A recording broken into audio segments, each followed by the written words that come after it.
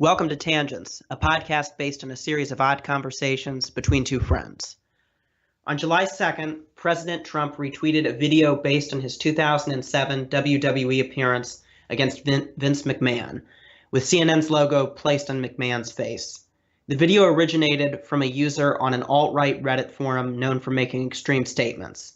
CNN's response to the video and the alt-right's reaction to CNN's response illustrated the odd way in which debates occur in contemporary America.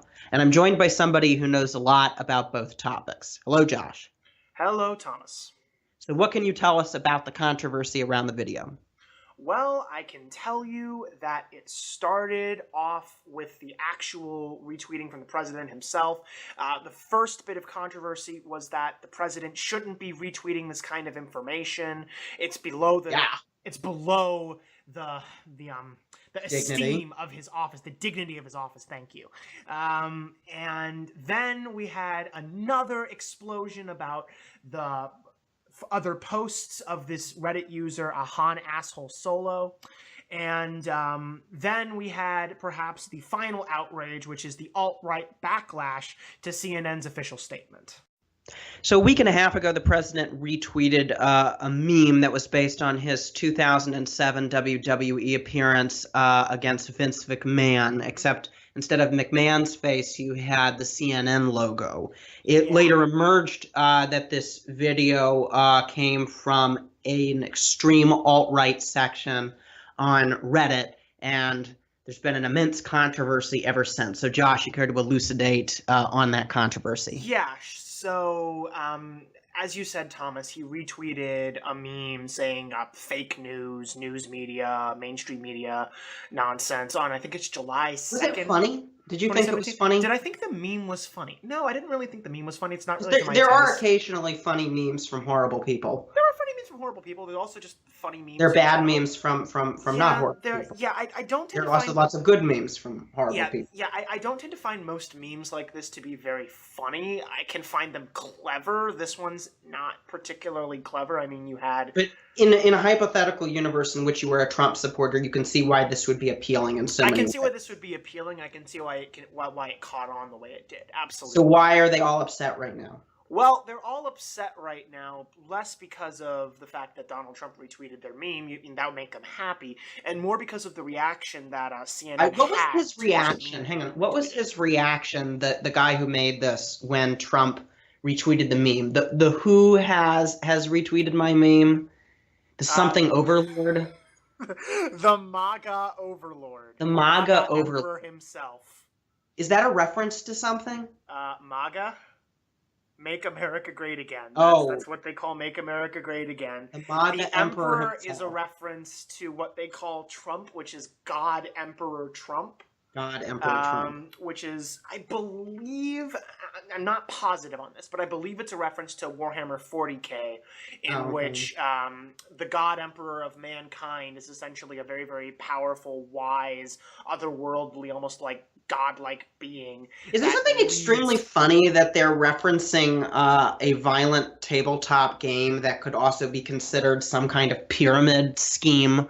Yes. Or other scheme to take away as much of your money as humanly possible for models that break when you take them out of the package? It absolutely is. Anybody who's ever tried to play Warhammer 40k knows that you need a 40k investment to start playing. That's why they call it Warhammer 40k. Exactly. And both Thomas and I are speaking from experience in this situation. Yes. No, it does not surprise me. That's the case. It does amuse me Games greatly. Workshop Incorporated would like to respond to this podcast. We strongly encourage them to send us an email at tangentscontact@gmail.com. We also strongly encourage them to send us miniatures, which would be really great. Yeah. And little dice that children could choke on. Yes, exactly. Now, when we're talking about... So, it doesn't surprise me that they're quoting Warhammer 40k. It does amuse me greatly that Warhammer 40k is described as, quote, a grim, dark sci-fi adventure, which is supposed to be terrible and you're not supposed to emulate. So, That's particularly amusing. But they're very pissed off about the video. No. They're very pissed off with the video. The person who made the meme's reaction was, he posted on his Reddit account that the MAGA emperor himself has retweeted my meme. It went all the way to the front of the Reddit page you were talking about. What was that page in that group? r/the_Donald. Mm-hmm. And what's unique about this group? Are these just run-of-the-mill Trump supporters? These are the vociferous Trump supporters. Vociferous Trump supporters who call everyone else cucks. They tend to be younger, typically. They're very, very tuned into the social media scene. They're the ones who make the memes, the ones who really circulate Trump stuff all over the internet. It's basically a gigantic alt-right hub. Mm-hmm. And it's a hub for what I would call some of the more moderately radical to almost radical parts of the alt-right. You're not going to find people here who are making points that, sometimes the mainstream media can be trusted, nor are you going to find a single bit of criticism for any of Trump's policies, including the policies that the alt-right doesn't like very much. This fellow who posted this meme posted another meme about CNN saying that there's something wrong at CNN with the anchors having Stars of David plastered over their faces. Yes. That has pretty ominous connotations. Yes. He also said 500,000 Muslims dead in Syria. I can't wait till they're all dead. So, pretty extreme rhetoric. Out the fact that he made a post on a particular thread about Father's Day, that black people spend less money on Father's Day because they don't know who their fathers are. Yeah. So hideous racism, violence. Yeah. And his name contains an expletive because of course it does. This is HanAssholeSolo. It's HanAssholeSolo. I apologize to our listeners, but I apologize especially to Harrison Ford. Yeah. He's got enough Harrison Ford listens to Tangents podcast. Of course he does. Yes. Harrison Ford does not endorse this name, nor does he endorse this person, I assume. No, he definitely doesn't, given that he's talked about diversity and whatnot in The Force Awakens. So, no, he doesn't. But suffice to say that HanAssholeSolo was entirely overjoyed. A Politico journalist and a bunch of other journalists from CNN, Slate, BuzzFeed, other outlets decided to delve into this person's Reddit history, which really isn't difficult if you're familiar at all with Reddit. Yeah. You basically just click on the person's username, go over to the submitted category or the posts category, and you click on that, and then you can read every single thread they've ever started. So it wasn't like this required any great internet sleuthing or great internet hacking skills to find this kind of information. This person just sort of publicly, threw that out there. So it wasn't like this was a great imposition on this person's privacy or anything like that, and naturally, because these are very that might not be how they saw it, though. No, probably not. We'll get to that in a little bit. But basically, this now I like to say the internet exploded 3 times during this debacle. There's no other word for it other than debacle. Snafu, I think is a good word. Snafu is a good. I like snafu. Snafu is a good one. However, I would say that the situation was FUBAR as opposed to snafu. Okay, so we're back to Vietnam then. We are absolutely back to Vietnam. This situation is effed up beyond all recognition. Yes. So the internet exploded 3 times. The first was when the original tweet came out, because of course it did. And the second time was when HanAssholeSolo was revealed to be a racist, anti-Semitic, Islamophobic bigot. Which exploded on the left wing, and the right wing defending his views, saying that, well, actually, if you look at this, it's race realism, you guys. It's totally accurate. Anyway, so because 500,000 people dead, dead Muslims is race realism. Yes. CNN also made a public statement in which they determined that what Donald Trump tweeted was an implied threat towards them, given the administration's comments on fake news, given the recent climate of hostility towards journalists. There have been a lot of journalists getting beat up, pushed around, physically assaulted, etc. Worth mentioning that lately, in a special election to Congress, that a new congressman who beat up a Guardian journalist just entered office. Yeah. So that's the world we live in. There's definitely a climate in which the press is not as safe as they would like to be at the moment. So it's understandable. I don't agree with it, but it's an understandable position that CNN took. This was some kind of an implied Well, threat. I don't want to be cynical, but I kind of am inclined to think that in the past, CNN has made any controversy involving them. They tend to like that because it gets them publicity. Sure. I have a pretty cynical view of the people who run CNN. I tend to think that, not unlike Trump, they like controversy and they don't mind bad publicity. They don't mind being Trump's enemy because it's gotten them ratings, which they desperately need. But I will talk extensively in another episodes about the pathology of 24-hour news networks, but I want to focus more on the alt-right's perception of what's going on and their perception of the statement. I would tend to agree with what you're saying here. However, I would point out that CNN did not in any way engineer or otherwise affect this controversy until it was literally thrust upon them. Oh, no, they didn't. No, absolutely not. Right, it's been good for ratings. Yeah, no, 100% has it been good for ratings. Yeah, as opposed to what they did with President Trump. Yes. Quite different from that. So, anyway. Oh, gosh. Okay, so... Anyway, during the election. During the election. So they actually apologized for giving him too much publicity during the election. It's very interesting. No, I'm so ready to forgive CNN for. Yeah, no, I don't think anyone's willing to. I really want to focus on the alt-right's perception of the statement and the scandal. We're about to get to there because we have to talk a little bit first about what caused the massive alt-right uprising that some of our listeners might have been noticing against CNN here. Yeah. At a time when maybe there's like other stuff going on in the news regarding the president, and the country. Important stuff. Yeah, big stuff, which we'll talk about. Significantly more important. Yeah.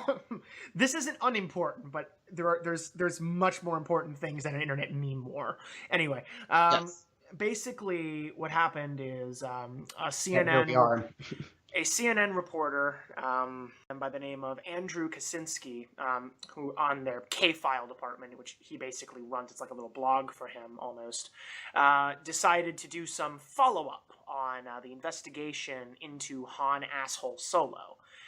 He determined via some Reddit posts that HanAssholeSolo had made publicly some personal identifying information. He used that personal identifying information to track down his Facebook.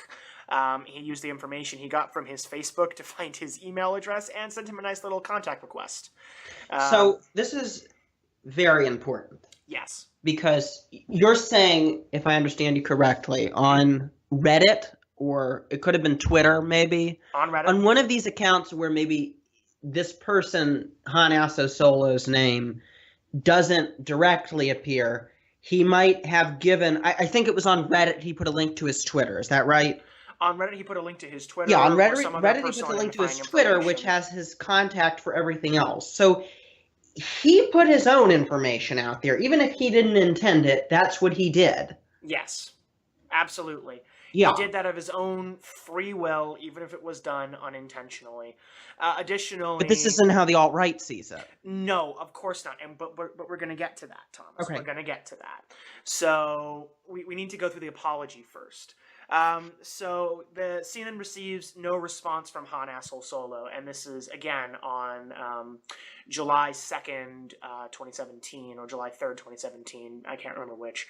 And the next day, HanAssholeSolo decides to purge all of his social media accounts. He closes his Reddit account. He might have even closed his Facebook account. We don't know. I don't know his name.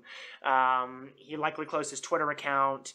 And he posts an apology on r/the_Donald, the same community that he was bragging about making his meme on. How many of those I'm imagining are appearing there? Quite a few. Apologies, very little. Memes, a lot. Yeah. So, suffice to say, he basically stated that he doesn't agree with the messages that he made vis-a-vis anti-Semitism, vis-a-vis racism. He has Jewish friends, he has black friends. He doesn't support those things that he's saying. He feels that he's done a disservice to the community by painting them in a negative light based on the sort of things that he said.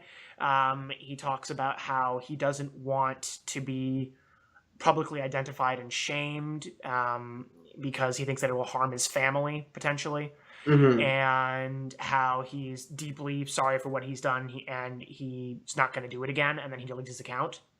Well, never mind, how meaningful this apology is. What was CNN's response? Well, CNN's response, same reporter, Kaczynski, posts CNN's official response to it in an article basically entitled "How CNN Found HanAssholeSolo, or Found the Man Who Made the Meme."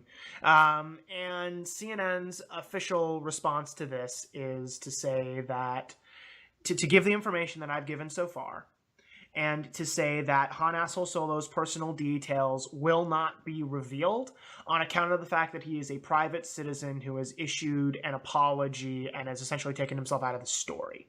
However, they issued another statement that, part of the same statement, which says that this is subject to change, and CNN reserves the right to change this opinion at any time. And that is which they do. Yes, and that is when the internet exploded for the third time, because the alt-right and even some non-alt-right people, like I wouldn't really call Ted Cruz as part of the alt-right, would you? It really depends on how you define the term alt-right. Ted Cruz is a U.S. senator, public figure, former candidate for president against Trump. Yeah, well-known snake. Snake in the grass. Yeah, a well-known snake in the grass. I tend to think of the alt-right as being more this kind of disempowered online community, this group of people who's really alienated from Trump. Yeah. You established in our previous episode you didn't think Trump was on the alt-right. No. But yes. I tend to think of it being more of this kind of online community, right? Yeah. Than Ted Cruz. But the populist right, which I would certainly say Cruz is a part of, Cruz is definitely takes part of its the populist cues and has overlap with the views of the alt-right. There's plenty of racists and anti-Semites and Islamophobes and homophobes and people who use memes on the populist right. Oh, absolutely. Yeah. But the alt-right determined that this and there's a lot of people who hate CNN on all parts of the right and not just the right, and on some the parts left, of the too, left for as different well. reasons. For different reasons, probably. Yes, likely for different reasons. So there's a couple of places in which CNN has quote-unquote transgressed here. I'm going to talk about the legal stuff first because that's probably the most interesting and simultaneously the most boring. Okay. So, listeners, if you're driving, I encourage you to put down the window or turn on the AC. You're never going to get off me for liking law, are you, Thomas? Nope. Okay, so Ted Cruz tweets out that if CNN had obtained HanAssholeSolo's IP, that this is in violation of a Georgia statute, and that CNN could likely face criminal charges. I don't know why there would be a Georgia statute involved in this case, but CNN's located in Atlanta. Oh, okay. That makes sense. CNN's headquarters is in Atlanta. CNN's headquarters is in Atlanta. Famously, along with Coca-Cola and Delta and everything else. I did know that Coca-Cola and Delta were in Atlanta. CNN. Yeah, famously CNN has its headquarters in Atlanta. I must have missed CNN. Okay. Yeah. So yeah, no, that's entirely correct. And Georgia law would absolutely apply. However, there's no reason to believe that CNN obtained HanAssholeSolo's IP. Every single thing that they did, you can do without obtaining HanAssholeSolo's IP. There's no real reason why they would have needed HanAssholeSolo's IP address. And without obtaining HanAssholeSolo's IP address, which is the only thing specifically mentioned in this code as being illegal, this law code is not violated. So, while Ted Cruz would be entirely correct had CNN obtained HanAssholeSolo's IP address, I just don't think that they did, because they didn't need to. If they needed to, and the only way that they could have gotten his name was through obtaining his private IP address, which, by the way, is illegal to do in most states, not just Georgia. It's not a specific law. It's not a law only specific to Georgia. Then that would be one thing, but when he posts personally identifying information on his Reddit account and on his Twitter and on his Facebook and everything like that, you don't need to. It's in the public domain. Exactly. It's in the public domain. It was published there of his own free will, and if he didn't want it there, he wouldn't have put it there in the first place, essentially, is how the law looks at it. So the Georgia statute just doesn't apply here. And then we get another legal titan coming to the alt-right's defense. Julian Assange. Oh, yeah. Julian Assange. A well-known supporter of the rule of law. The great defender of the rule of law and the American Constitution. Yes. Comes out and makes a First Amendment appeal about corruption and coercion. Saying that they might violate federal statutes on coercion. Now, there's a bit of a problem with that. Namely that it's very difficult to prove that the only reason why CNN would publish HanAssholeSolo's name is to hurt, harm, or otherwise cajole him into doing something. Yes. By the way, I have to say this is a little bit hysterical. Yes. The Assange thing. Okay. He's upset about somebody's name being published. Yes. Who might potentially be hurt. Mm-hmm. He's upset about a name effectively being leaked. Yes. This is very amusing. It is worth pointing out to our listeners. I'm not sure if we've mentioned this in the podcast, but there's a string of cyber attacks going on throughout the world that are loosely based off of NSA backdoors that the National Security Agency in the United States uncovered, which Mr. Assange chose to leak without thinking. Yeah.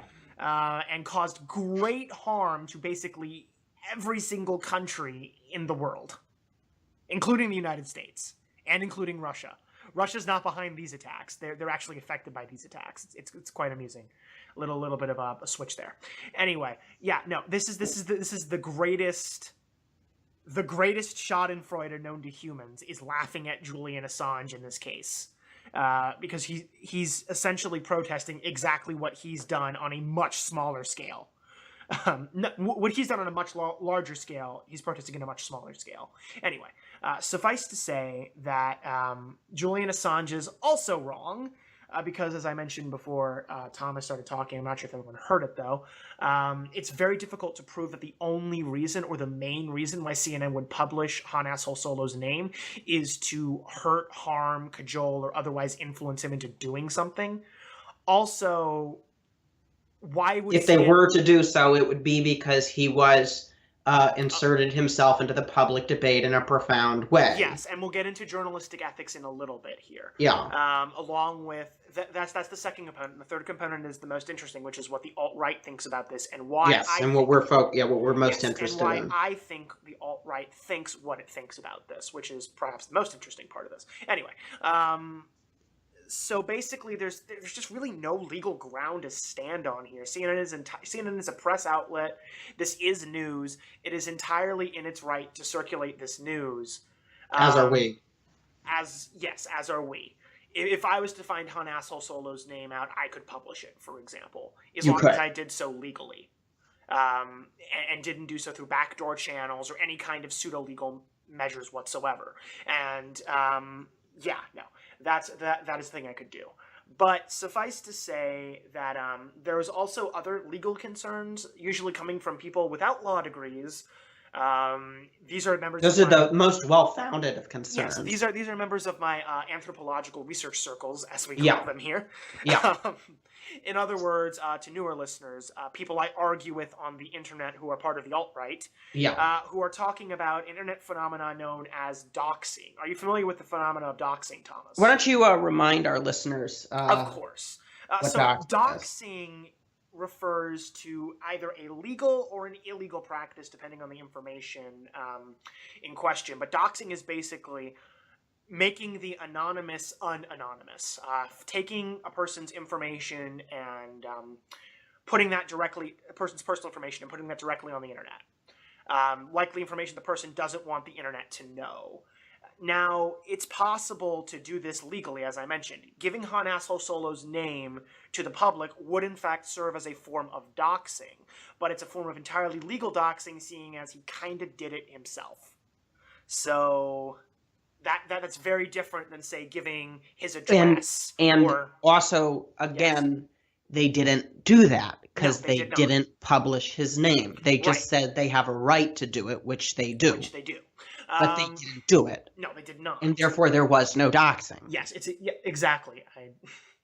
There's absolutely no doxing in this situation, and it's very important that we remember that CNN merely stated that they have the right, not that they were going to do so, and not that they did so. And yet they're still pissed off? Well, yeah, of course they are, because we will get to that. We will get to that. We need to finish up here first. English. So, doxing, had they published HanAssholeSolo's name, that would be doxing. It would be illegal doxing if they were to publish, say, something that he didn't put on his private internet, his IP address, for example. Yes. Possibly his place of work, something like that. Which, again, they did not do, and nor did they say that they had the right to do so, nor did they say they had the inclination to do so at all whatsoever.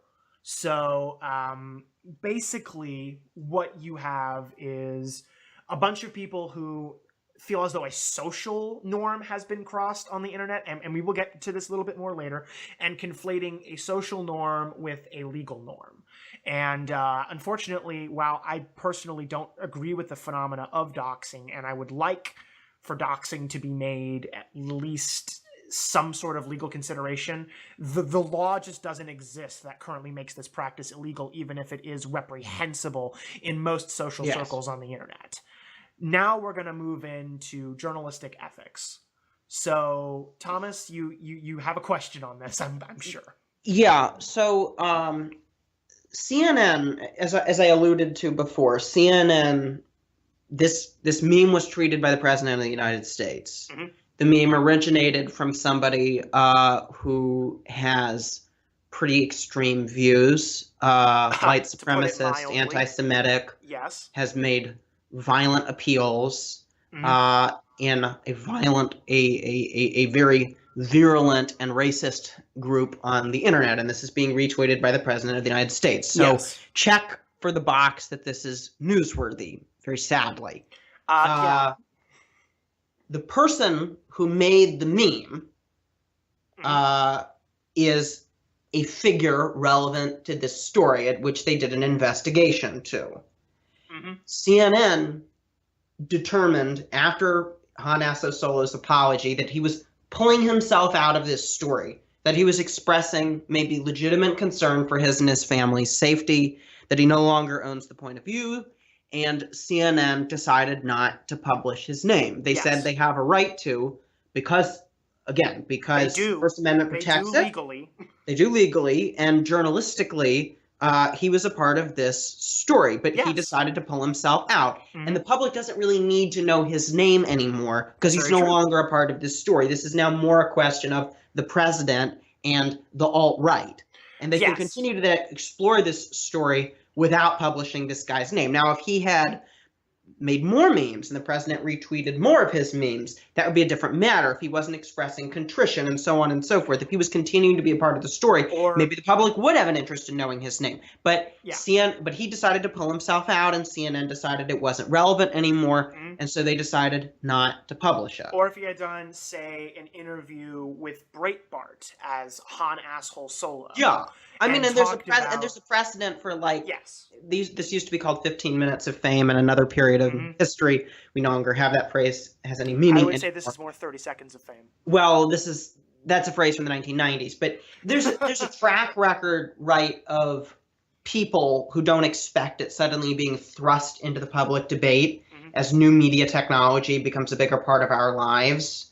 And sometimes those people try to keep that going. I'm reminded of a guy named Joe Wurzelbacher, I think was his name, in the 2008 election. The infamous Joe the plumber, if you'll recall. This is a slightly dated reference, but Obama had an argument with Joe the plumber about taxes. They just happened to come across him while the news cameras were around, and suddenly Joe the plumber is giving interviews on Fox and trying to publish a book and get money out of this. Joe the plumber became a public figure at that point. Joe the plumber didn't say, "I don't want any more attention, I'm closing my door, please go away." Joe the plumber was a noteworthy figure, and so the media could continue to talk about him, whereas this kid, HanAssholeSolo, is trying to get out of the debate. So that's kind of the ethical issue explained. Or another good example of this sort of 30 seconds, 15 minutes of fame phenomena is Ahmed Mohammed, who you might remember from his, it was 2014, 2015 run-in with school authorities. Yeah. He made a clock that looked like a bomb. Yes. And there was a terrorism threat and terrorism allegations there. So yeah, there's definitely a precedent for people who have no business being famous suddenly being thrust upon in the public discourse. And there's no problem with naming these individuals. And I think the journalistic ethics is are they a part of the news story or not? And I think we've established that HanAssholeSolo is not really a part of the story anymore. His part of this story has ended, and the alt-right's continues. He's decided that he's no longer a part of this story, to be sure.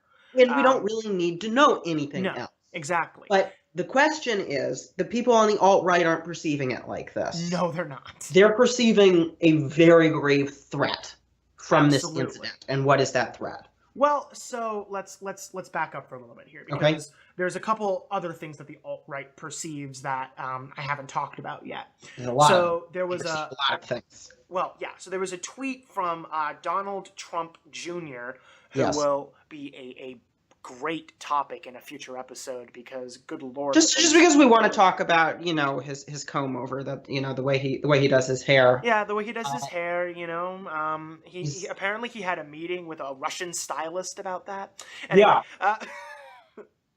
and possibly something about Hillary Clinton. Anyway, possibly.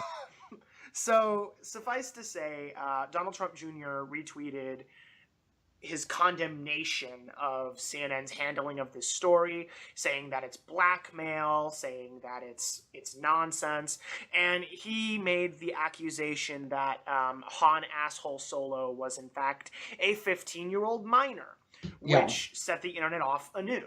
This is the explosion 3.5. It's not a full explosion because CNN very quickly responded. CNN's K-File Twitter account responded that HanAssholeSolo was in fact a middle-aged man, and then they had been in contact with him since publishing their official statement. So not a kid then. No, not a child. And that he agreed fully with the statement and said that he was not being threatened. Now, naturally, the alt-right chose to see this in a different light. Of course, that's what a person who's being blackmailed would say.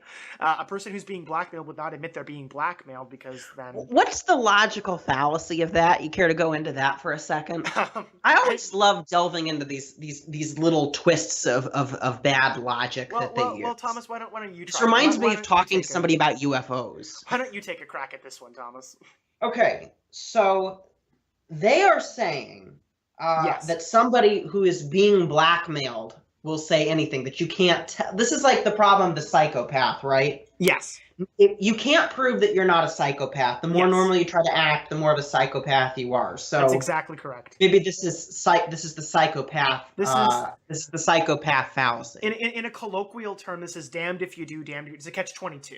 Yeah, it's what it is. If you there's a very famous speech by John Ronson in TED Talk about spotting psychopaths. Yeah. And he basically said that if you try to act too normal, people will see that, oh, classic psychopath. He's trying to fit in and can't quite do it. Right? Admittedly, for you and me, probably this isn't as much of an issue for the general public, but nonetheless. No, it is interesting, though, at the very least. And if you try to act too weird, they will say, oh, classic psychopath. He's so weird he can't fit in, right? So it is really a catch-22 situation. If HanAssholeSolo had said, no, CNN is totally blackmailing me, and they weren't, then the alt-right would say, see, look, CNN's blackmailing him. Now we know the truth. If HanAssholeSolo says CNN's not blackmailing him, then the alt-right says, see, look, he says that they're not blackmailing him because they are blackmailing him. Now we know the truth. Yeah. It's really, it's a inherent self, They're not responding to the information they're being given as much as they're just assuming that the information being given confirms pre-holding beliefs. I find this astonishing. You're saying that members of the alt-right have a preconceived worldview and then pull in all information purely as it backs that worldview. Yeah, I know. Regardless of what the actual facts are. Well, Thomas, last time I think I called them a conspiracy factory, and this is just ramping it up into, this is just, the new model that they're producing here. It's like Ford. They've moved on from the Model T now. So, suffice to say, there's very little evidence to back the fact that HanAssholeSolo was a minor. There hasn't really been any investigations into this, but in the same way that Seth Rich occasionally gets brought up, despite the fact that that's been incredibly debunked, both on this program and off this program, it still is a talking point, and it makes CNN seem even worse in their eyes. What about this? Yeah, exactly. It's whataboutism. So essentially, in addition to that, you have what I was talking about with violating social norms on the internet. The alt-right, if it's not predominantly an internet movement, it's at least very, very present on the internet. And typically, and I have this particular opinion as well, the internet is typically viewed by people who spend a lot of time on the internet, particularly a lot of time talking about politics, particularly controversial political opinions on the internet, that anonymity is incredibly important in order to maintain the kind of discussion area that the internet is. So doxing and people who would dox are viewed as in a very negative light in these circles.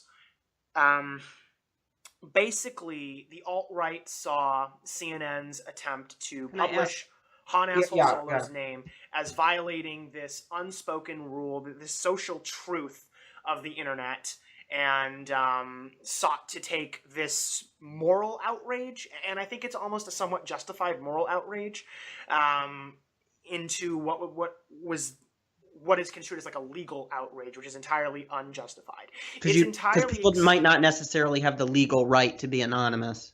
No, that's not fully correct, Thomas. There is, in fact, precedent that defends people's right to be anonymous. Anonymous communication is allowed under U.S. legal code. However, remember, CNN isn't your average institution here. It's the media. It's a press institution. I wasn't asking if anonymous communication is allowed. I'm asking if you have a right to maintain. No, you definitely do not. Okay, that was my... You definitely do not have that. You do have a right to have anonymous communications. That's fine. You don't have a right to remain anonymous. That's not the same as the right to privacy. No, you do not have a right to be anonymous, nor do you have a right to be forgotten under current U.S. legal system. You do in Europe. Yes, you do. A right to be forgotten in Europe, but that's a separate discussion. Exactly. I want to get... So the alt-right The alt-right obviously has a strong vested interest in anonymity in their communications, because they believe, so their views are at the fringes of society. Particularly, I'm thinking like this Reddit forum, which is the more extreme part of the alt-right itself. It's the right of the alt-right. The right of the alt-right, It's very extreme. Yes. And they believe, not only, even though they have the First Amendment, they think they're going to be persecuted for holding these extreme points. Thomas, the alt-right thinks that the First Amendment is under attack by leftist forces. In a way that would actually see people losing jobs or facing violence in a way that doesn't comport with reality. No, but would it surprise you to know, Thomas, this is yet another example of the alt-right taking reality only as it confirms their preconceptions. Yeah, having maybe a toe in, as you said. A toe in the waters of reality. Yes. Yeah, we'll talk more about the First Amendment in a different episode, but they have a vested interest in this. I'm more than happy to talk about that. Yeah, they have a vested interest in having this anonymous communication, and they think the organizations are going to deliberately try to out them, and then they're going to somehow face persecution and no longer be able to hold their point of view. Yes, exactly. The biggest difference between how CNN perceived the entire situation and how the alt-right perceives the entire situation is CNN perceived the situation as a threat. The alt-right perceived the situation as a hilarious, harmless meme, and therefore CNN's reaction reads to the alt-right as a massive overreaction of ridiculous proportions. It's even going through his Reddit history and tweeting out the fact that that he posted anti-Semitic memes or made racist comments. Even this is too much. To the alt-right, what CNN should have done is laughed at the meme and closed the web browser. It has no relevance to anything in the alt-right's opinion. And while we've sort of talked a little bit about why CNN might have seen it differently, given the climate around the press at the current time period, and while I've stated that CNN definitely had the right to do what they did, I'm personally more of almost an opinion that agrees with the alt-right here. I think that CNN... This is why I agree with what you said, Thomas. I think that CNN absolutely took this in the worst way possible to make controversy. I do think we have a climate in which journalists are viewed negatively. Absolutely. And what we saw in the 2016 election was the president inciting violence against journalists. I don't want there to be any... No, there's no doubt of that. He called out journalists. People screamed obscenities at them. Especially women journalists faced a lot of abuse. Minority journalists faced a lot of abuse. Mm-hmm. People, if you were a journalist at one of those Trump rallies, you could have legitimately feared for your safety. And what we've seen since, I think, is a justified concern. So I think CNN's expression probably was not unjustified. No, not unjustified. I just don't agree with it. No. But then it's how they reacted to the story following that. Yeah. That I was being a little more critical of. Right, exactly. I think that they have a valid opinion of what CNN did as profoundly negative. And I somewhat agree with that opinion. As I said, I think that what CNN did was justified, but I don't agree with it personally. However, everything after that is just the alt-right misconstruing reality to better bolster their preconceptions. Basically, because CNN overreacted, the doxing is now even worse because there's no reason to dox HanAssholeSolo. There's no point to doing this. It was a harmless meme. CNN is just being vindictive. And even though they didn't actually go through with it, as you've repeatedly mentioned, Thomas. This is the alt-right's view. Yes, exactly. And as I would like to make abundantly clear to our listeners, CNN did not, I repeat, did not issue HanAssholeSolo's name, nor did they say any personally identifying information whatsoever, except for the fact that he is not a child and is in fact a middle-aged man, which, honestly barely qualifies as personally identifying, in my opinion. I don't think, forgive me. Yes. Among Trump supporters, the fact that he's a middle-aged man is not going to make him easy to find. This is not an identifiable characteristic. Middle-aged guy, Trump supporter. We don't know much else. We're going to have a hard time. Especially if he lives in middle America. Yes. Anyway, no, this is not horribly identifying information. And that's all that CNN has published. And CNN didn't even publish that in their original official account. That information came as a result of what essentially was a Twitter outrage from the alt-right and social media attacks on CNN. So... yeah, no, the alt-right is acting entirely ridiculously because they're essentially they perceive a threat here. Yeah, exactly. Because HanAssholeSolo was one of them. He was a member of r/the_Donald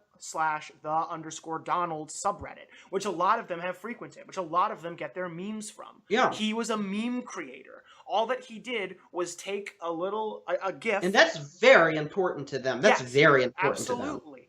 When I was talking about the rarest... You see, you and I read academic literature and articles from esteemed publications like the New York Times and The Economist, and we read books about history. And you even read philosophy, and I even dare to look at economics. And I also read a lot of case law. They communicate through memes. This is their means of truth. Yes. And here is this organization attacking them for doing the thing that they love. Yes. And what's next? No cats on the internet? Exactly. And they perceive it as just as harmless as cats on the internet. Yes. There's no real political statement being made here that is going to harm anyone in any way, shape, or form. And so I think there's a lot of empathy for HanAssholeSolo from the alt-right. And that's not completely incorrect. I believe it's a little unfounded, but there's definitely a connection there. I mean, imagine this, like, you're on Right. the alt-right, and you make this meme, and this giant organization comes in and forces you to make a public apology and delete all your social media accounts. Basically. That would really feel threatening to them. Anything they do on the internet that's anonymous could suddenly be outed, and they could face sanction and this crusade by these elite lefty organizations, except that that's not what happened. No, that's not what happened, but every single person on the alt-right who's ever made a meme, which I would say is most of them, because, I mean, I've made memes on the internet before, Thomas. I assume you have as well, to be honest with you. Yes, although not on the alt-right. Yeah, no, exactly. A lot of people have made memes. And the alt-right perceives this as a fundamental corporate attack on them by CNN, saying that if you make memes about us, we're going to come after you, and we're going to find you, and we're going to make you take them down. And that's incredibly threatening to the alt-right, who thrives on anonymity, who exist in places like 4chan and Reddit, where you can have usernames like HanAssholeSolo as opposed to using your actual name. They don't thrive in places like, you know, debate halls and public forums where you have to actually come forward under your own face. They much prefer... You might be held accountable for your point of view, which, as I have said before, is absolutely not censorship. No, it's not. Having a consequence for expressing an idea is not the same thing as being banned from expressing that idea. Which, would you say that's what they're really afraid of, Josh? Yes, I would say that they're absolutely afraid They're really afraid of being held accountable for saying that 500,000 dead Muslims is a good thing. Absolutely. I also think that they're probably afraid of a social backlash from their political positions, because I would say that while the alt-right is a large group, they're definitely not the majority politically, and especially they're not the majority in the working world. There could be job-based consequences, there could be social consequences. A lot of their girlfriends probably don't know that they're part of the alt-right. A lot of their parents might not know that they're part of the alt-right.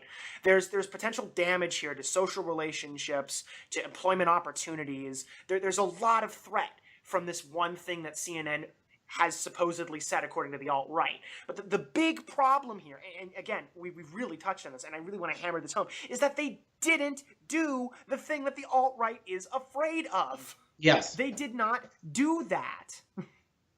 So the alt-right's fear is a little bit ridiculous in that sense.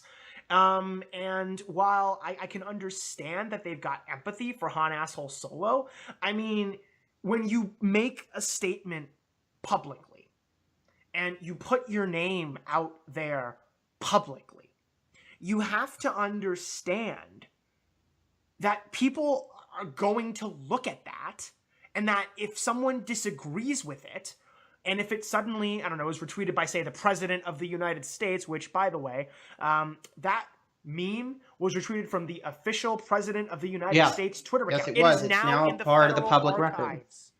It is now in the federal archives, and you can go and look it up. Just in case that tweet ever comes down. Well, the issues with the pathology of Trump, I think, are discussed in other places, and I'm sure we'll discuss it more here. But I want to get specifically to the alt-right. Do you think what they're most afraid of, honestly, is that what's a subculture, and I still think you could say that the alt-right is a subculture, might be forced into the main culture, and it might lose what it is? I don't know that by them being held accountable, by them being exposed, they will no longer be able to have the kinds of discussions they did before. If they're made a part of the mainstream culture. Like, there's a reason, I mean, there are discussions like this on Facebook under people's real names. God knows there's a lot of hateful content on Facebook. Absolutely. But what the alt-right does thrive in, and the reason why it thrives on 4chan, is the anonymity. And what they're afraid of is that if it was to cease to be on 4chan and it was to be on Facebook, it would be a much more public face. It would not really be a subculture anymore. It would be forced to collide with the rest of American culture that finds these ideas repugnant. Well, yeah, I think that there's a fundamental reluctance to go and do that. I think there's a fundamental fear of being forced into the mainstream. I also think that there's a big issue that a lot of these people have where they like to go into the little communities, and they like to What's on Reddit is called circle jerking, which is essentially just creating a little space in which everyone agrees with you, and just, rather than By the way, actual... circle jerking, the actual definition is something else, but that is the way the term is used. Yes, it is. We're not using this term literally. Good God, I hope not. Anyway, suffice to say, this is not the Howard Stern show. No, it is not. Our younger listeners may not get that joke. Most listeners probably aren't going to get that joke, Thomas. It's not a bad thing if you don't get that joke. This is not a late night comedy show. There we go. Moving on. Anyway, so they like what we might call homogeneous echo chambers. Yes, homogeneous echo chambers, which is ironically the thing that the alt-right is most against, which just, again, possibly the greatest amount of humor comes from when the alt-right gets upset that people are infiltrating and trying to shut down their echo chambers.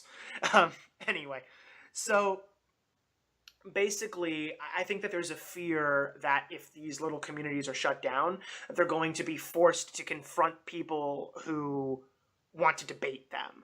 And as someone who's tried to debate the alt-right, I haven't gotten very many responses from my comments, A lot, they're willing to yell at people who they think are so ridiculously wrong.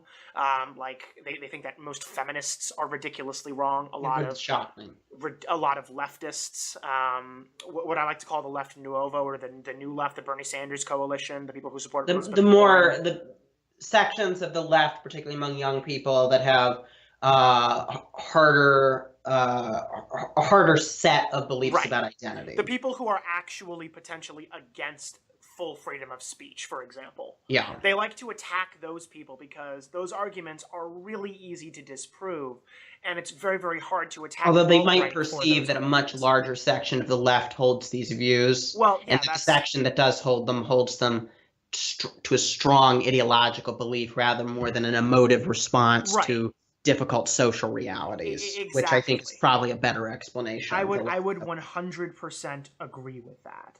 Anyway, basically what you've got is a fundamental fear of being exposed, a fundamental feeling that they're under attack by these large corporate interests. And it's important, I think, to understand that to the alt-right, they aren't solely under attack by CNN. They're under attack by the mainstream media. They're under attack by the New York Times. They're under attack by these other institutions. And by being exposed, they are going to come under personal threat. Yeah. Their families are going to be threatened, potentially. They're going to suffer personal consequences. Basically, to the alt-right, what CNN has done is make what they probably saw as some kind of, fun internet pastime all too real. And there's a huge backlash against that. And it's kind of funny because... Why is it funny? Well, because if you remember back to the first episode we did in the alt-right where I talked about Pizzagate... Uh-huh.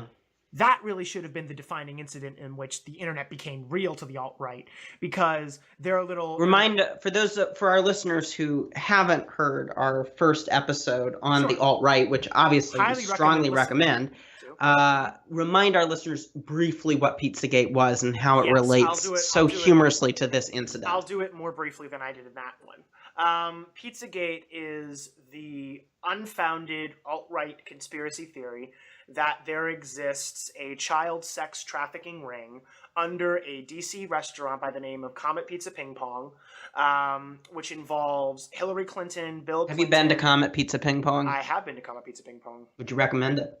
It's pretty good, actually, yeah. Yeah. There's a lot of fundraisers there. You get to meet a lot of interesting people. Anyway, that involves a lot of high-level, particularly Democratic politicians. Yes. And because... This conspiracy theory really arose from emails from Hillary Clinton's campaign chief, campaign supervisor, John Podesta.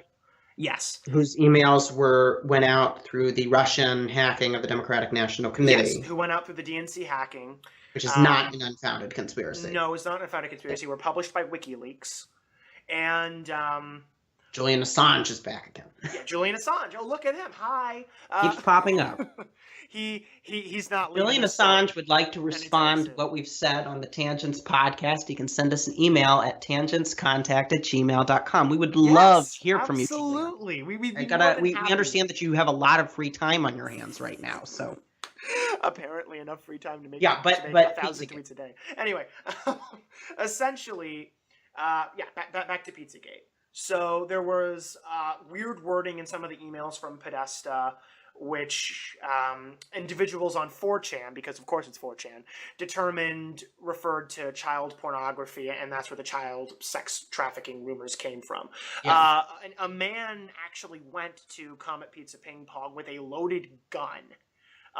Ended up discharging the weapon into the ceiling of the restaurant, I believe, and demanded to be shown the imprisoned child sex slaves.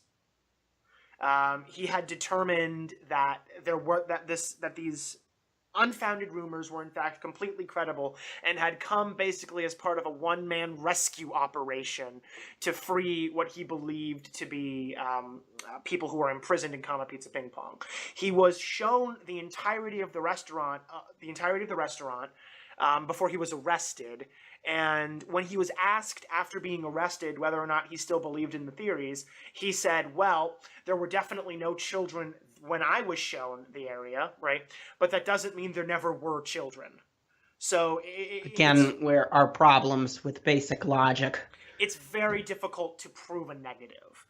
And it's especially difficult to prove a negative. This type of statement is a conspiracy theorist's best friend. Yes. And it is an act of rhetorical jujitsu for which there is no response except that that is all that it is rhetorical jujitsu. So the irony, of course, comes into the fact that the alt-right's statements already caused personal injury and personal consequences for John Podesta, the owners of Comet Pizza Ping Pong, and every single person who was supposedly involved in this Pizzagate investigation. Except this incident, not quite the wake-up call maybe that the alt-right needed.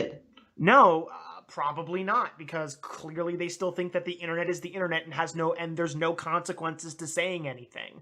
And do some of them still think Pizzagate is a thing? Absolutely. Plenty of them think that Pizzagate is a thing. Frequently I get links to, there was a Dr. Phil episode on high income sex trafficking. Which is actually a very interesting problem. White slavery is an incredibly interesting topic to talk about in the United States, usually referring to people brought in from other white countries to the United States as opposed to Americans being enslaved themselves.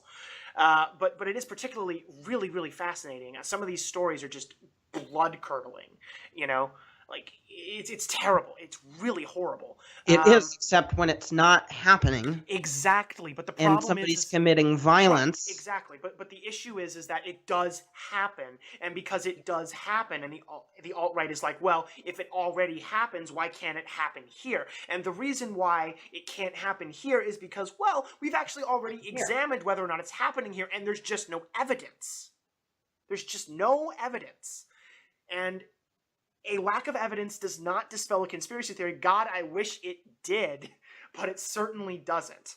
If anything, it seems to embolden the people who are committed to it. Absolutely, and there's a connection that can be made here. There's no evidence. Mentioned the backfire effect a lot on this program, and I think I shall invoke it further. Okay, yeah, absolutely. There's no evidence that Pizzagate was a thing. There's no evidence that CNN is blackmailing HanAssholeSolo, and there's no evidence that CNN was going to publish HanAssholeSolo's information or has decided to do so and will do so in the future. But the alt-right assumes that all three of these things are not only distinct possibilities, but are probably going to happen, or are probably already happening, or continuing to happen. And because of that, they have this ridiculously skewed view, not only of the CNN debacle, but of reality as a whole. And now it's time for the Intellectual Buffet. Thomas, what have you brought to the Intellectual Buffet today? So I wanted to start by talking about the death of Helmut Kohl, the Chancellor of West Germany and reunited Germany, who died just a couple of months ago. I'm going to go out on a limb and say that he is the most important European leader since the Second World War. Okay. If you don't count the Soviet Union as being a part of Europe. Do we count de Gaulle still in that? I think he is more important than de Gaulle. I think he's more important than Margaret Thatcher. I think he's more important than Churchill, assuming we're talking about Churchill after World War II. It was under Helmut Kohl, and largely because of the efforts of Helmut Kohl, that West Germany and East Germany reunited in 1990. He had a meteoric rise through German politics, and it's really worth revisiting that. So Helmut Kohl was the last chancellor of Germany to really have vivid memories of the Nazis. He was born in 1930, so pretty much through his entire life until he was 15 was dominated by Adolf Hitler. He was a member of the Hitler Youth. Who wasn't at that time? Well, there were, many people in high German society were members of the Hitler Youth. But you basically had to be. It was less of a. Oh no, there was choice. no path to advantage in society if you were not. If you were young, you needed to be a member of that. If you're older, you need to be a member of the party itself, which doesn't necessarily mean complicity in anything awful. Because he was so young, I tend to lean more toward that. But he did assist it was when definitely he was the system he was socialized in, as opposed to any kind of larger held political belief, I think. I think from what I read, he genuinely believed it. But at the time, definitely. He was a kid, so. Yes. I mean, I would ask you, there's a lot of discussions, and we'll go into this in more detail in another episode about, the culpability and the contrition of the German nation after the Second World War, given the events of the war and the Holocaust. But when we're talking about someone who's under 18, in this case under 16, it's a little bit harder to portray them. I would say that you need to judge a person by their actions. Yeah. And while Helmut Kohl's actions while he was a part of the Hitler Youth were similarly as bad to the rest of Hitler Youth, I don't think he stood out in any real way. He didn't revolutionize Hitler Youth and make them worse. And he didn't. In his time after the Hitler Youth, after the Nazis were deposed and there was no longer a Nazi Germany, he transformed. He demonstrated to me that this was less of a deeply held personal belief and more just something that he had been educated to believe in and actually did believe in at the time, but changed his beliefs soon after. So it took many Germans, particularly older Germans, a much longer time to come to terms with the war. Kohl... I would like to tell you how much I hold him responsible. Okay, sure. I hold him responsible for the actions he committed as a part of Hitler Youth. I do not hold him responsible for the actions of the entirety of Hitler Youth, nor do I hold him responsible for holding those beliefs that he held while he was in Hitler Youth. Yes. If that makes any sense. It does make sense. The worst thing I could see that he did as a part of the Hitler Youth was he assisted members on the Eastern Front toward the very end of the war, and by that point, the Eastern Front was in Germany itself. Yeah. And both his father and brother died on the Eastern Front. Much of his hometown in the Rhineland was destroyed. Apparently, toward the end of the war, he and his sort of brigade realized the war was lost. This was in 1945. They realized the war was lost, and he walked all the way back from the Eastern Front to the Rhineland, which, for listeners to know, is all the way on the other side of Germany, and went back to his house, which apparently was not destroyed. But after the war, he changed a lot. He almost immediately entered post-war politics in what was now the Federal Republic of Germany, West Germany. And quickly ran for the state, they're called states, the different parts of Germany, the state legislature in the state of Rhineland-Palatinate. That's the anglicization of the name. He was elected to that parliament at just 29, and only 10 years later he became state president, which is effectively the equivalent of a governor of Rhineland-Palatinate. This was when Konrad Adenauer was chancellor of Germany. This was during the great economic boom that West Germany experienced after the war called the Wirtschaftswunder, the West German economic miracle. And the Christian Democrats, his party, were at the center of this. So he's rising through Christian Democrat politics in the Rhineland, which of course is going to be the heart of this industrial revival. The Rhineland, obviously, anybody who studied the lead up to the Second World War, was a rather important part of Germany, and it continued to be after the war. And so he rose through state politics in the Rhineland, and then the CDU loses power federally, and so the first generation of CDU leaders is cut from power. This is when Willy Brandt, the Social Democrat, former mayor of West Berlin, becomes chancellor, and later his first namesake, Helmut Schmidt. So Kohl eventually enters the federal parliament, the Bundestag, the lower house, where they are either in opposition or in coalition with the SPD, the Social Democrats. The 1970s are not the best time for West Germany. A lot happens in the 70s in West Germany. You'll remember the Munich Olympics in the early 70s when Israeli athletes were shot by Palestinian terrorists. Palestinian terrorists, part of Black September. Yes. Yeah, Black September. And this was not a good image that West Germany wanted to have for itself at that time. I should say not. More Jews dying in Germany, not good. It was not good, and it was not the last time that Palestinian terrorism would affect West Germany. The Lufthansa Flight 181 and the PFLP, the Palestinian terrorist group, seizing hostages on that, and then other terrorism, left-wing terrorism by Baatar Meinhof. Yeah. This was all known as the German Autumn. And of course, the economy was not in great shape either, as the global economy struggled with oil. Somewhat humorous question. Sure. Would you say that after World War II, Germany wanted to avoid killing as many Jews as possible? I would say that was a paramount goal of Germany, was not to kill Jews and not to start new wars.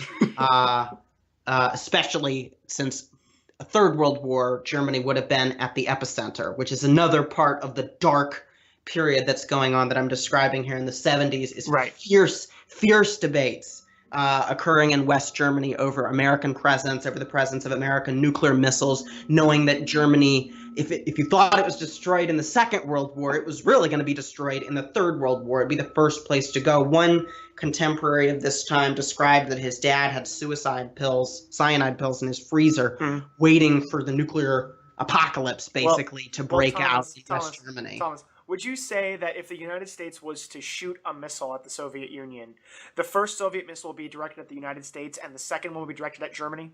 Yes.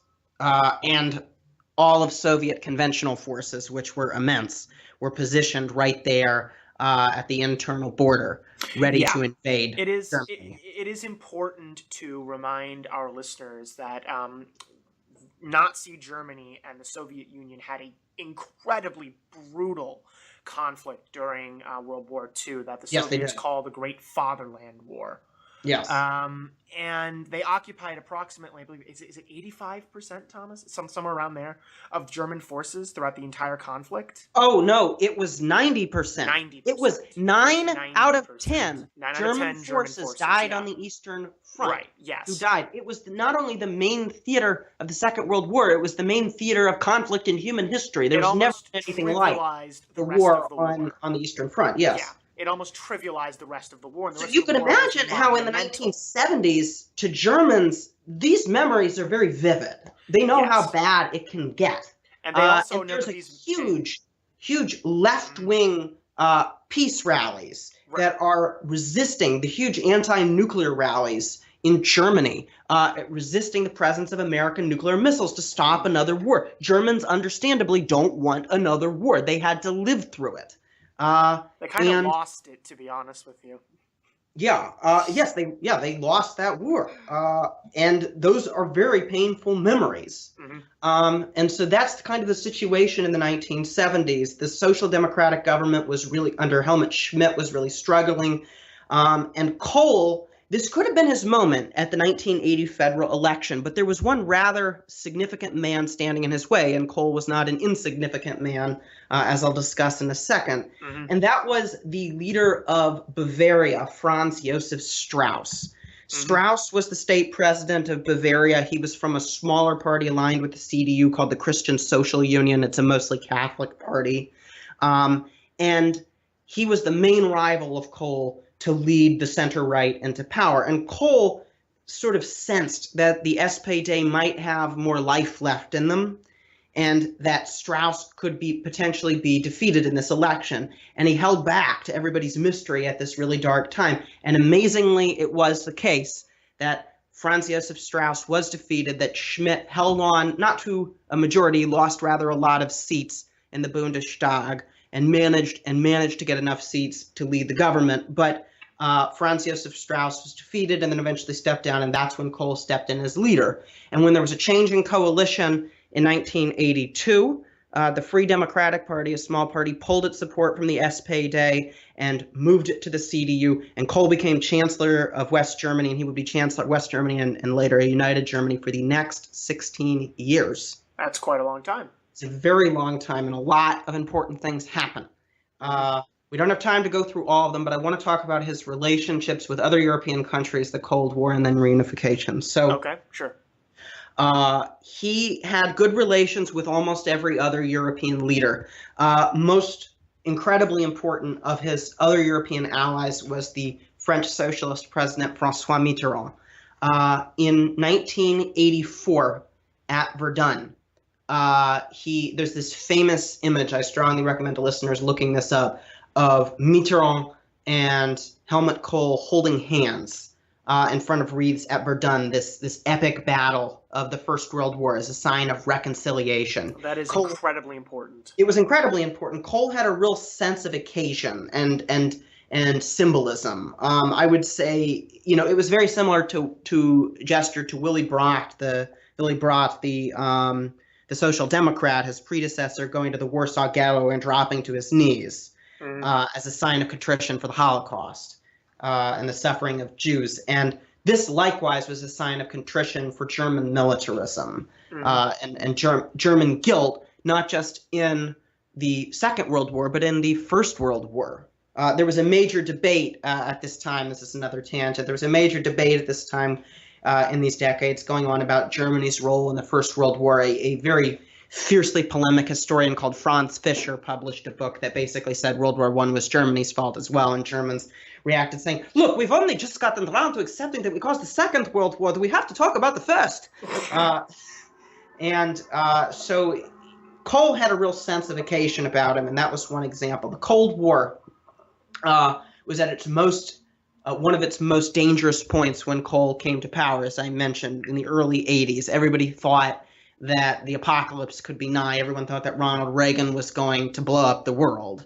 Yes, that was a very popular thought at the time. Yeah, Kohl decided in this spirit, even though he had been very hawkish while in opposition, to maintain the policy of Ostpolitik, which was the policy of the Social Democrats, having good relations with East Germany, the German Democratic Republic. And he actually invited Erich Honecker, the aging and hysterically ridiculous East German leader, to come to West Germany in an attempt to try to keep relations good between East and West. Right. Obviously, the East entered terminal decline. Mikhail Gorbachev came to power in the Soviet Union. The Cold War itself was transformed and eventually ended. And famously, on the 9th of November, 1989, after Gunter Schabowski, an East German official, misread an announcement saying that people were no longer going to be stopped at a border checkpoint from East to West Berlin, Berliners flocked in their thousands to the wall, which they eventually tore down that night, and the Cold War really seemed to end. Kohl seized the moment and went from initially suggesting a loosely federally aligned East and West Germany to a fully unified Germany within NATO. Yeah, he was suggesting full reunification. Full reunification. He went to the Kremlin to negotiate this personally with Mikhail Gorbachev, famously an American official, when asked about their position on this, said, "We want Germany in NATO, but we promise that NATO won't expand not 1 inch." In the words of James Baker, and of course, NATO did expand to include East European countries. That's another discussion. But Germany, especially the veracity of whether or not that phrase "not 1 inch" was ever actually uttered in anything other than a colloquial sense. Yeah, really. Yes, it was not an agreement, but it was an understanding that Russians have set about to the present day and shapes present conflicts in Europe. But on the 3rd of October, 1990, the Tag der Deutschen Einheit is the proudest moment in modern German history. It's a moment really when Germans can truly celebrate themselves, their nationality, be proud for democracy, triumphing for human rights. Germany was reunited on this day. And it was a democratic Germany, a Germany that was within a European community, which would soon become the European Union.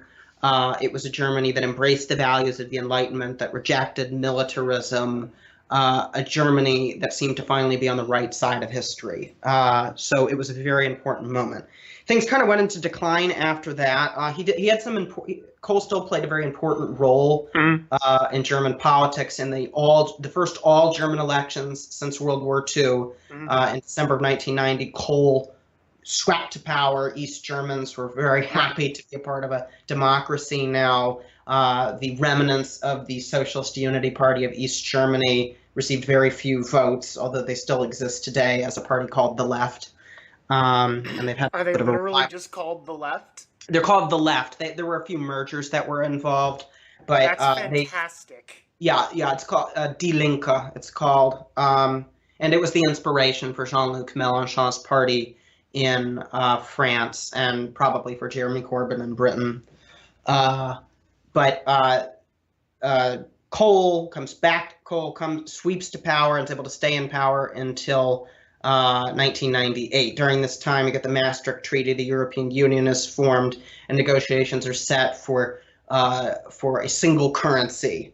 Germany has to give up its beloved Deutschmark, so Germany plays a very important role. Was Kohl in support of that, or was Kohl against giving up the Deutschmark? He supported it, but he was somewhat caught. He did not actually show, a lot of people thought, caution in bringing in the Southern European countries at this point. A lot of historians of this period say, in the wake of German reunification of the end of the Cold War, that the kind of positive feeling that people were swept up on this idea of the end of history, led Europeans to ignore the risks of allowing Southern Europe, of allowing Spain and Italy and later Greece into the single currency. But Germans themselves were very reluctant to give up the Deutschmark. They were really very attached to that currency. But negotiations were set. It was after Kohl's time in power that the euro would come into force. But he played a crucial role at that time. He kind of stayed a little too long in domestic politics. There were fundraising scandals, and he was finally defeated in 1998 by a bastard of a man named Gerhard Schroeder of the SPD, and he eventually retired from politics altogether, still sniping at the sides. It's worth mentioning his successor is still in power today. Her name's Angela Merkel. Angela Merkel came to power within Helmut Kohl's CDU. She was an East German who joined the new federal politics. Kohl had notorious disdain for Angela Merkel, deeply, deeply sexist disdain for Angela Merkel. He called her das Mädchen, the girl. If that's not sexist, I don't know what is. He was very dismissive of her and continued to be very dismissive of her even after she took leadership of the CDU. Right. He continued to be very critical of the CDU government that eventually, when Merkel would come to power in 2006, he was once quoted as saying, not long before he died, as "She's destroying my Europe. She's destroying my Europe." So quite arrogant on his part, but he was exceptionally important, by far the most important statesmen of Europe since the Second World War. Do you think that Helmut Kohl, had he been born today, had he been a rival to Angela Merkel, do you think that he could have taken power even in today's Germany, or was what he did more restricted to the time period in which he did it?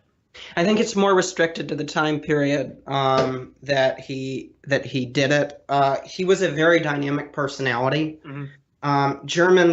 German politicians on the whole are pretty uncharismatic, it's worth saying, since the Second World War, including the East German ones. It is worth noting to our listeners that Thomas thinks that Germany is one of the only couple of countries in the world that has boring politics, and that's the luxury of having boring politics. Yeah, has the luxury of having boring politics. Exactly. Yeah, but German politicians are known for being pretty cerebral, technocratic figures. And Kohl was not. Kohl was not. He had a real personality to him. He was kind of a country bumpkin. He spoke with a Western accent of the Rhineland. He didn't speak English at all. He was a very different kind of politician than what Germans were used to, particularly when you think about these men like Adenauer and Kissinger and Willy Brandt and Helmut Schmidt, who were much more technocratic, much more men of the cities. He was very provincial, Helmut Kohl, but he asserted his personality, I think, to great effect. It's a very interesting question if I think he would have survived in today's politics. He's pretty strongly linked to that period in the 80s. Okay, thank you, Thomas. The next thing I have is I want to talk about a major trend that's occurring in the American economy and in the employment market. So, Josh, I want to ask, just driving around, have you seen or noticed a lot of people holding up store closing signs, going out of business, everything must go? I mean, a couple. I don't really live in I live in an area that's a bit wealthier than a lot of other areas. But you've definitely seen this. Oh yeah, no, I've definitely seen it. Does this strike you as odd, given the trend of unemployment and the state of the economy, that there's closings like this going on? Yeah, a little bit. It also strikes me as odd that everyone seems to be moving to new locations. Yeah. The retail market is actually undergoing some dramatic changes, and a new report that came out last month shows a pretty grim future for American workers. Online retail in particular has hit brick and mortar very hard, which is why a lot of these store closing signs are being seen. Between October and April of 2016, more than 89,000 retail jobs were lost. That's a lot. Yeah. And the trend seems to be that this is going to continue. About 1 in 9 Americans work in retail. That's about 15.9 million people. Right. I was going to ask about that. Thanks for telling me. This is absolutely enormous. And as we're kind of having conversations about manufacturing and coal mining, of all things, it's worth mentioning that retail employs just an enormous number of low-wage workers whose jobs are threatened by changes in technology. Retailers. Yeah. Thomas, we've been talking a lot about, particularly in our in some of Trump's speeches, about blue-collar workers. Would you say that retail workers are the blue-collar workers of the white-collar world? Yes. These are jobs that lots of people with low or no skills are able to go into. Right. Yeah. That it's one of the few opportunities that are left as manufacturing has declined. And again, it employs just a lot more people.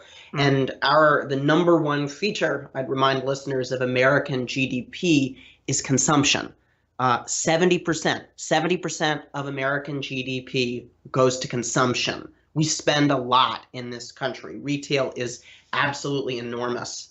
And these layoffs are occurring at a time when the American economy has been recovering, when unemployment is going down well below 5%. And there was an observation that was made by Michael Corkery of the New York Times in an editorial a couple of months ago. It said the current trend of closures comes when consumer confidence is strong, unemployment is low, suggesting that a permanent restructuring is underway rather than the dip in a normal business cycle. In short, traditional retail may never recover.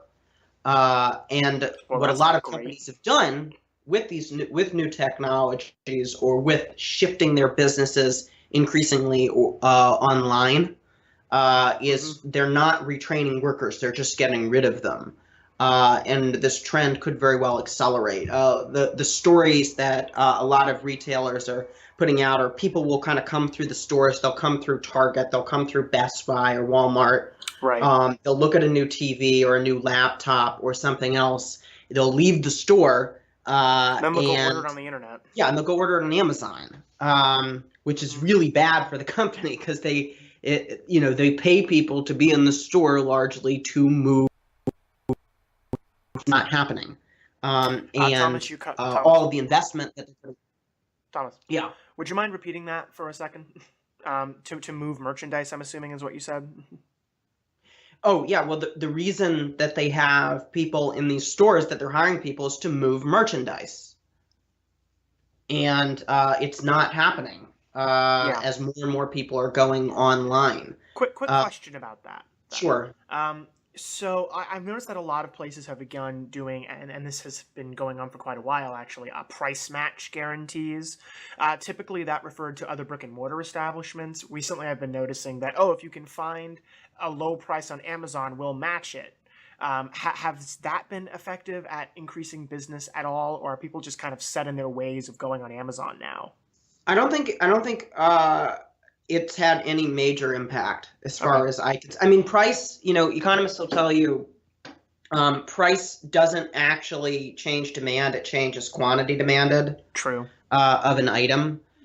If people are going on Amazon to buy paper towels, if they're going on Amazon to buy like electronic accessories, if they're going on Amazon to buy books, it's because it's convenient, easier, the selection is better than the traditional retail experience. There are some outlets, and this is kind of an important point. So there are some types of retail that are more secure than others. So one of the more secure is probably groceries. Buying groceries online is still a relatively small part of the grocery business. It's incredibly small, and it usually only exists in really high-income areas. Yeah, people tend to like to go to... My paternal grandmother actually does that. She uses Peapod, I believe. Yeah, but she'd definitely be the exception. Most people go to the grocery store. It's pretty expensive. She absolutely is the exception. But one of the things I want listeners to think about is how would you imagine people are going to be grocery shopping in 40 years? It's entirely imaginable to say that there are going to be driverless trucks moving goods into grocery stores with automated stocking systems. People will go into the stores, they'll put the items into their cart. They won't even need to go through a checkout counter, even a self-checkout. They will walk out the door, and all the items will be picked up at the door and charged to a phone in their app. It's probably even possible that the hardest part would be weighing produce, but it's probably even possible to account for that. You might just have to weigh the item, print out a sticker, and plop it on the produce item, which a lot of stores already offer now, or they could even just somehow weigh it at the exit. But this technology really isn't too difficult to imagine. No, not really. And again, these are all those functions of the store are jobs that low-income people have. Yes. And at the present moment, we're not even remotely having a policy discussion about what on earth we do to retrain people when these changes in technology come. That's very true. Actually, if you think about how grocery stores work today, a lot of them, particularly Giant, has that scanning system.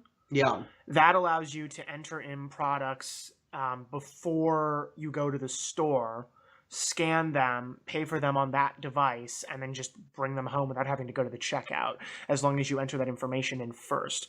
Also, there's other grocery stores like Aldi's and things like that with different cart systems, different systems of buying groceries and whatnot. So there already is sort of what you're talking about here, an attempt to revolutionize how people shop for even things like groceries. They want to make it easier. They want to make it faster. They want to make it cheaper and more efficient. Well, yeah, there's a market in that. And the the economist in me thinks that's a good thing. But the question for our social stability of this country, the question for policymakers is, what do you do for the people who are displaced by this? And I don't think we're having that conversation, and it's something that we really need to think about because these changes are happening. The evidence is here. Large numbers of people are being displaced. And it's worth pointing out, like, a lot of these were probably not even spectacularly great jobs to begin with. No. You're not being Probably paid. Not. A lot of retail workers, like a lot of fast food workers, that's another industry that's undergoing some changes. Yeah. They're not being paid that much. No. And these might have been particularly older workers who might have lost their factory job and then gone to work at Walmart only to find that eventually they're going to lose their job there too. And we don't have a place for people like this. And we need to figure that out. It's the same problem of automation that cost a lot of people their job in the factory, heading towards the retail sphere now, where a lot of them have fled to. Yeah, and it's not just going to affect manufacturing and retail. It could honestly affect white-collar jobs, even to people with college educations. Yes, which are other trends. Things like low-level clerical work, paralegal work, secretarial work, accounting work, even low-level stock traders. All these things you can imagine being done by computers, and those are probably pretty good jobs. Especially the low-level stock trader ones, you'd assume. Yes, you would assume. And a lot of those jobs also, and this is really critical, are used by firms as entry-level positions. These are jobs like that would have been given to new college graduates so that they can get some kind of foothold in a company and hope to get promoted. And in the name of efficiency, companies are switching to technology, to computer technology that can replace them. And so there aren't a lot of entry-level jobs, even for college graduates who want to get into the market. And again, really almost no policy conversation happening right now about what in the name of God we do about it. There's policy conversations happening in other countries, not in the United States. Germany is having very strong policy conversations about this and is better placed and better positioned to maintain a lot of its blue-collar and white-collar jobs because of the amount of money that the government in Germany puts into job training and into vocational training. And we don't do that here. So you think that's the only real solution for this problem?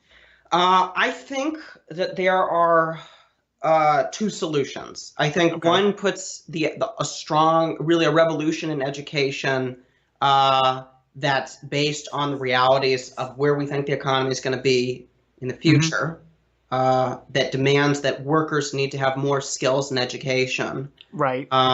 Not in dance and psychology, but in actual vocations and things that can matter. And the other is what I call the New Jerseyization of the economy. Wait. If you're a very good dancer, that can be a vocation. Fair enough. I'll accept the dance. Yeah, if you're very good, anything can be a vocation. Psychology actually has an employment dearth at the moment, which I assume would surprise you to know, Thomas, given the vast number of psychology majors. Yes, but the vast majority psychology is the most popular college major in America at American universities, as are many other social sciences. Thomas, would you say that psychology majors are stigmatized at pretty much every college in the United States? I wouldn't shock me to know that they are. But the difference between something like dance, anybody who works in the arts, is the people who are going to make a career out of that are going to be at the absolute tip of the bell curve. Yeah. If you study business, if you study nursing, right? If you get a degree in nursing from an accredited institution, you stand a very good chance of finding employment. Very true. That's not like studying dance or art. That's not like studying gender studies. That's not like studying art history. That's not even, God forbid, like studying international political science. That's studying a profession. That's a professional degree. Yeah. That actually is in demand and will be even in greater demand in the years to come. So that's one route, is that we really change we change the way we run colleges, getting more students coming out with degrees that are relevant, and we pump a whole lot of money into retraining older workers. People are living a lot longer and are going to need to work longer, and we need to really find a way to retrain those very angry 40 and 50-year-olds who feel like they've been so betrayed by this economy as they have. Well, do you think they'd feel less betrayed if there was, say, a more well-known option for job training? Do you think this is like a self-compounding problem? I really don't know how to make them feel less betrayed. But I do have an idea as to how to make them more employable. And training some of those 40 and 50-year-olds to be home healthcare workers, to work in retirement homes. Training them to be computer programmers if they have the aptitude, training them to be plumbers to the extent that that's in demand and there are limits to that, training them to be teachers, training them in any other sector that has demand for employment, and then probably giving them some assistance to move to somewhere where it's in demand. And we definitely don't do that in a minute. Is probably the better way. I don't know if they'll feel less betrayed, but they would certainly be more employable. But I want to talk about the somewhat darker option. What you might envision, like populist politicians saying in about 20 years, as you start to see millions and millions of jobs threatened by automation in these various sectors. So let's use driverless cars as an example. Okay, so sure. About 3.5 million. There's about 3.5 million truckers in the United States and 8.7 million workers in the driving industry as a whole. That's a huge number of people. That's a large number. Listeners obviously know the implications of driverless technology for truckers. It'll be safer. It'll be more efficient. They won't have to rest 8 hours a night. So driverless technology doesn't bode well for all of these truckers. What I would envision a populist saying, if we can't come up with a good job retraining program, is the New Jerseyization of the economy. So listeners from the Garden State will know that unlike any other state in the union, New Jersey does not have self-serve gasoline. If you go to a filling station in New Jersey, somebody will fill it for you, and there are signs telling you that it is actually illegal for you to pump your own gas in New Jersey. This is designed to fill employment, and it ignores changes in technology, which is to say self-serve gasoline, in order to provide this employment. Of course, it makes it a little more expensive for filling station owners. Well, imagine this on a much broader scale in the economy. Imagine populist politicians, imagine Trump tomorrow saying, well, first it was the damn Chinese who were taking our jobs, and now it's the robots, and I'm going to outlaw robots. I am going to do what I did to the TPP, except with robots. I'm going to outlaw this driverless technology to save the truckers, right? Right, okay. And so you do that. Would he be wearing his trucker hat when he said that? It wouldn't shock me if he was wearing the trucker hat and if he pulled the horn, as he signed the executive order into action. One hand on the pin, the other pulling the coal mining during the campaign. Yeah, well, I'd remind listeners, coal miners, there's only about 50,000 of them. Again, 8.7 million drivers in this country. So we outlaw those. And so imagine this. The rest of the world goes ahead with the driverless technology. The rest of the world gets much more efficient supply chains. The rest of the world gets ambulances that can get to people on time and that know how to avoid traffic. Ambulances that are much safer with the paramedics in the back. And God knows how many unforeseen benefits could come from this technology, which is the main point that any economist would make. When government outlaws this giant change, it denies society these benefits. Imagine, and the U.S. puts itself at a massive disadvantage compared to the rest of the world. Yeah, I mean, imagine like when horseless carriages were emerging, if in order to keep stable keepers and horse and buggy riders in business, we outlawed horseless carriages. We outlawed cars, right? It sounds absurd by today's standards, but it did have a noticeable impact on the early 20th century economy when more and more Americans started to own cars, particularly after Ford produced the Model T. When ordinary people got access to this, it transformed this country. It created the middle class. Automobiles absolutely revolutionized this country, and the government didn't get in the way of that, and it shouldn't get in the way of driverless technology, which will probably save thousands and thousands and thousands of lives every year. About between 30 and 40,000 people die here in car accidents. If the government was to get in the way of the creation of new technologies and the revolutionization of the system, the revolution of the system, the technological changes and whatnot, it actually would function more like a mercantilist system than anything like that. The truck drivers would just be the new Potters Guild of the United States. Yes, pretty much. It would become a special interest. It would be there. Yeah. We would be protecting an industry which no longer serves any actual purpose in the modern economy, and it would probably be a drag on us. And it would be like because trying to run a marathon while strapping one of those old prison iron balls to your foot. it's not, we'll talk about prisons in another episode, but probably multiple episodes. We'll talk about prisons and iron bands in another episode, but it makes no sense to do this, and there is nothing but benefit to creating new job training programs. And there are models like in Germany, in Northern Europe, and elsewhere in the world that we can look at. Right. In doing so, it would improve the quality of life of people who, as I mentioned, in retail and other places, don't exactly have the best jobs to begin with. It would create more opportunity. Education is the backbone of any capitalist economy. It's the most important thing that the government can invest in, and the returns are infinite, of course, if the money is being put into the right education, and that's what I'd advocate. Sure, I agree with that entirely. And Josh, what have you brought to the intellectual buffet? Well, the first thing I've brought is an update on the travel ban that I talked about last time. Last time, I believe I mentioned the fact that Trump had made some tweets which might hurt his chances in the Supreme Court. At this point, the Supreme Court has issued a per curiam opinion, which is to say that it's an unsigned unanimous opinion that the travel ban is in fact to be implemented, at least in part. Now, a lot of people originally conceived of this as some kind of major defeat for the forces against the travel ban.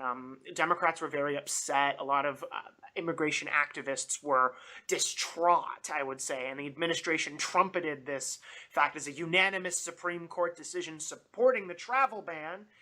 And I think that that's a load of nonsense, to be quite honest with you. For a lot of the people who had been most concerned about this ban, at least what they released now, they're hearing the case in the fall, seemed to indicate that for people who had some kind of direct relationship to the United States, the people who were most concerned are not going to be affected, although there's some controversy about the administration's interpretation of what a relationship to the U.S. is. I'm thinking specifically what they call what this is about parents and Thomas, you've kind of just preempted my entire point here. Okay. Allow me though, if you don't mind.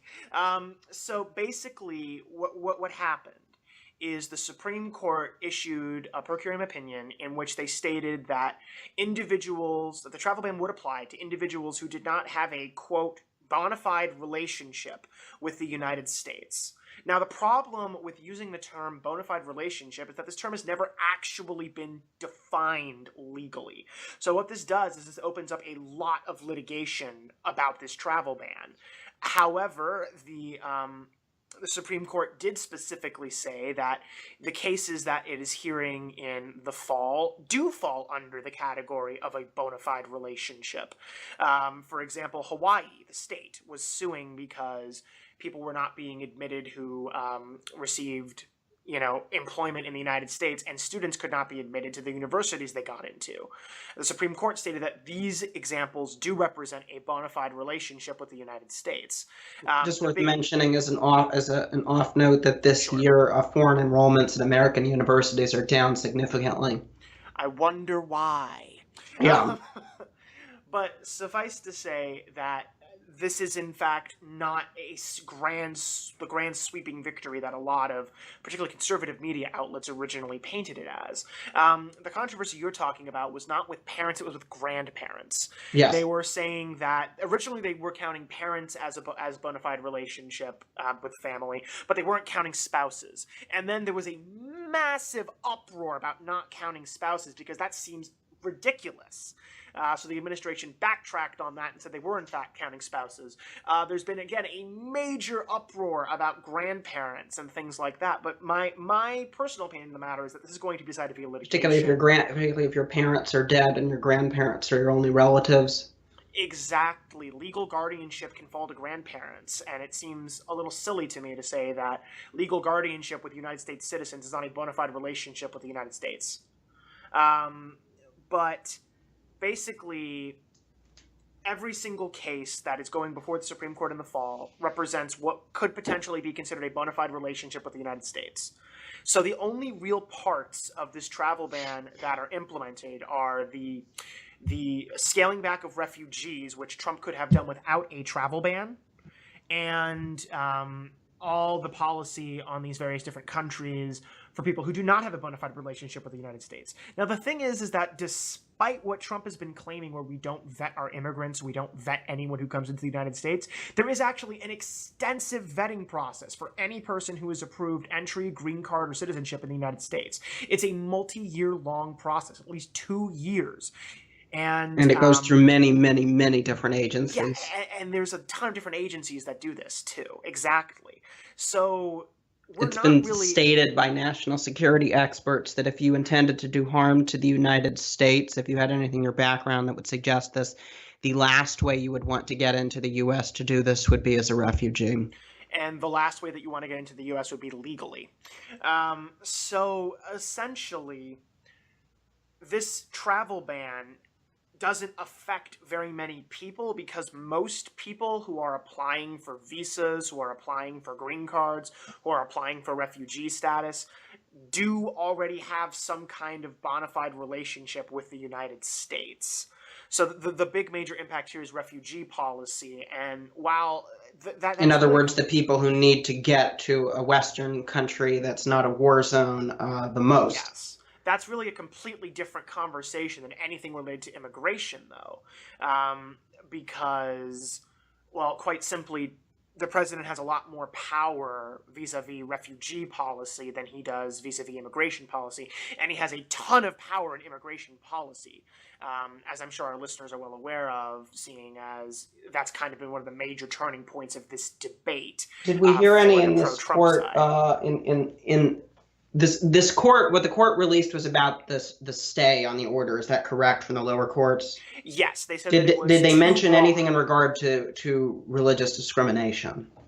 Well, they didn't, because remember, the first travel ban has essentially been repealed by the issuing of the second travel ban. Mm-hmm.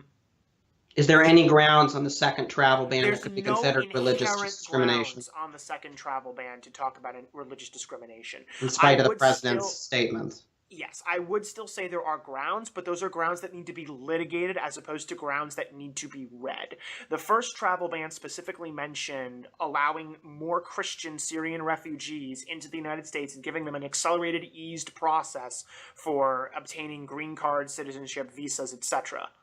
That is explicitly religious discrimination. It's positive religious discrimination, if such a thing exists, but it's still religious discrimination. So that is directly unconstitutional under the First Amendment and the interpretation of the First Amendment as not solely affecting Americans, but affecting non-Americans as well, which has already happened under several different Supreme Court cases. So the precedent already exists there. In the second travel ban, the word religion, Christian, Muslim, etc. is never actually explicitly mentioned. Is it greatly implied? I would argue yes it is, but because it's not explicitly mentioned, you can't just read the travel ban and declare it unconstitutional. It needs to be litigated. So the Supreme Court made the correct decision in that regard, in my opinion. Which way do you think the court goes in the fall? It's a very interesting question. I think that, so actually I need to talk about a dissent in order for me to talk about that. Okay. Justices, I believe it's Gorsuch, Alito, and either Thomas or Roberts dissented, stating that the travel ban should be implemented in full from the per curiam opinion. They agree with the per curiam opinion, the implementation of the travel ban along those lines, but they dissented in part, saying that there should not be any limitation on the travel ban at all. It's entirely constitutional and should be implemented.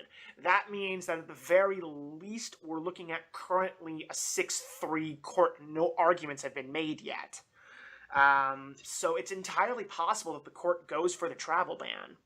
But at that time, what really is the travel ban going to affect? And what is it going to mean?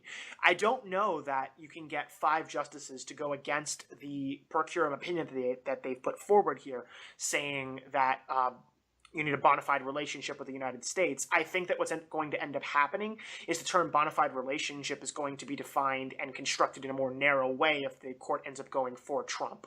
Now, is that a victory for the Trump administration? Kinda. I mean, he's still. They're going to call it one. No, they're going to call it one. If they get any kind of ban, they're going to call it one. You know they will. Yeah, of course they're going to call it one. But is it actually? I mean, there's a different. There's a point you made here about perception versus reality. Yes. But strong point. Yes. But what I'm talking about is more what actually happens, what policy is implemented, as opposed to how people decide to spin it.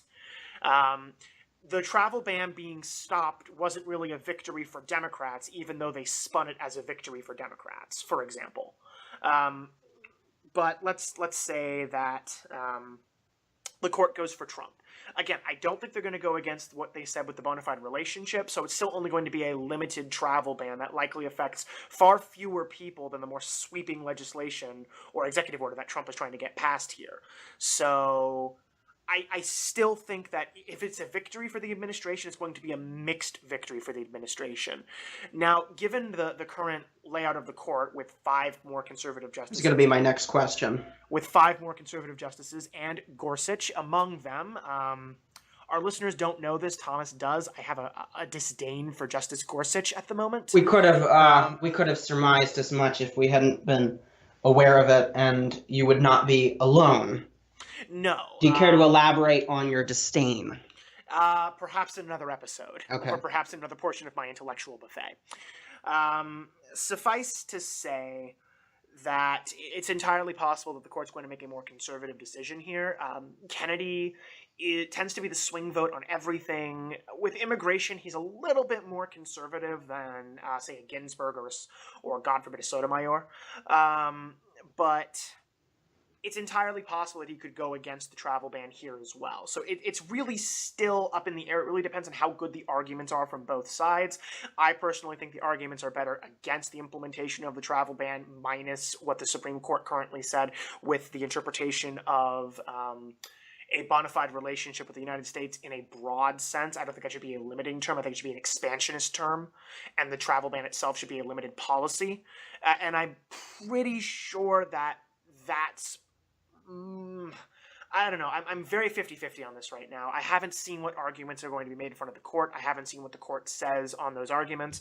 The fact that there's already 3 justices essentially against the arguments already going to be made is not a good sign. I can say that much. All right. And that's all the time we have for the giant flaming ball of death. We'll keep you updated as it approaches further. Thank you for listening.